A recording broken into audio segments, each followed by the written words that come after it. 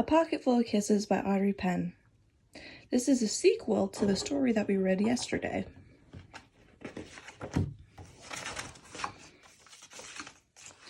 Chester Raccoon sat in the hollow of a tree and pouted. "Please, can we give him back?" he asked his mother. "I'll be really, really good if we can give him back." Mrs. Raccoon smiled tenderly. "You're already really, really good, Chester, but I'm afraid, no matter how good you are, we can't give him back. Besides, I thought you liked having a little brother." "I did like it at first," admitted Chester, "but now he plays with my toys and swings on my swings and reads my books. Then he pulls my tail and talks to my friends and follows me everywhere I go."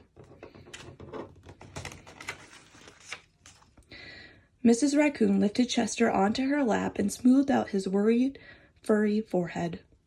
"That's what little brothers do," she explained in a very motherly tone. "It's no different than sharing the woods or sharing the stream or sharing the food we find. Ronnie wants to be just like you." Mrs. Raccoon placed Chester on the ground, smiled at him with soft, loving eyes he knew so well. "I think someone needs a kissing hand," she said in a voice that was warm and inviting. She took Chester's hand in her own, spread open his tiny fingers into a fan. Leaning over, she kissed him right in the middle of his palm. Chester felt the warmth of that kiss rush from his hand, up his arm, and into his heart. And when he pressed his hand to his cheek, he could hear his mother's words in his head. "Mommy loves you," they said. "Mommy loves you." Chester grinned so wide that the tips of his silky black mask crinkled upward. Even his cheeks flushed to a primrose pink. He was the happiest raccoon in the forest. Then, in a blink of a moment, all the joy went out of the little raccoon. His pink cheeks paled, and a stream of tiny hot tears fell like spring rain down his sad little face. Even his silky black mask drooped as he watched his mother reach down and take Ronnie's hand in her own, open his tiny fingers into a fan, and kiss his brother right in the middle of his palm. How do you think he's feeling?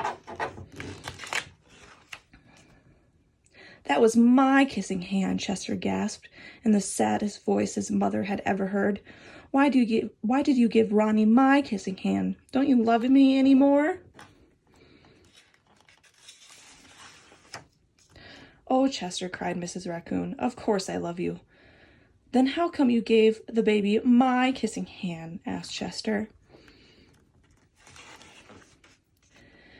Mrs. Raccoon gathered Chester in her arms and gave him a great, big, comforting hug. "I would never give Ronnie your kissing hand," she assured him gently. "That was his kissing hand. Now each of you have one of your own." Chester wiped away his tears and settled in his mother's lap. "If you give both of us kissing hands, won't you run out?" Mrs. Raccoon laughed. "Would you like to hear a story?" she asked Chester. "About kisses?"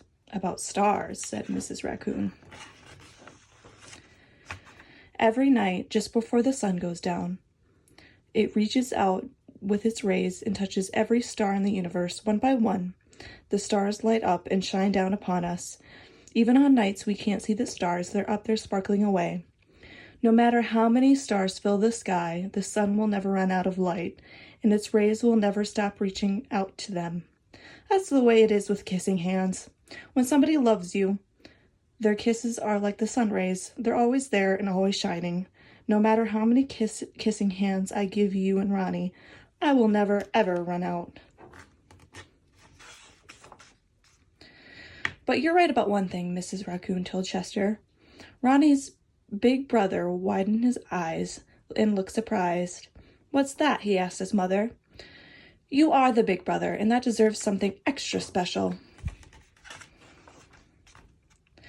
Mrs. Raccoon put Ronnie on a swing. Then she took Chester's right hand in hers, spread open his tiny fingers into a fan. Leaning over, she kissed him right in the middle of his palm. "That kiss is for your pocket," she told him. "Take good care of it and keep it as a spare. You never know when a big brother might need a little extra care."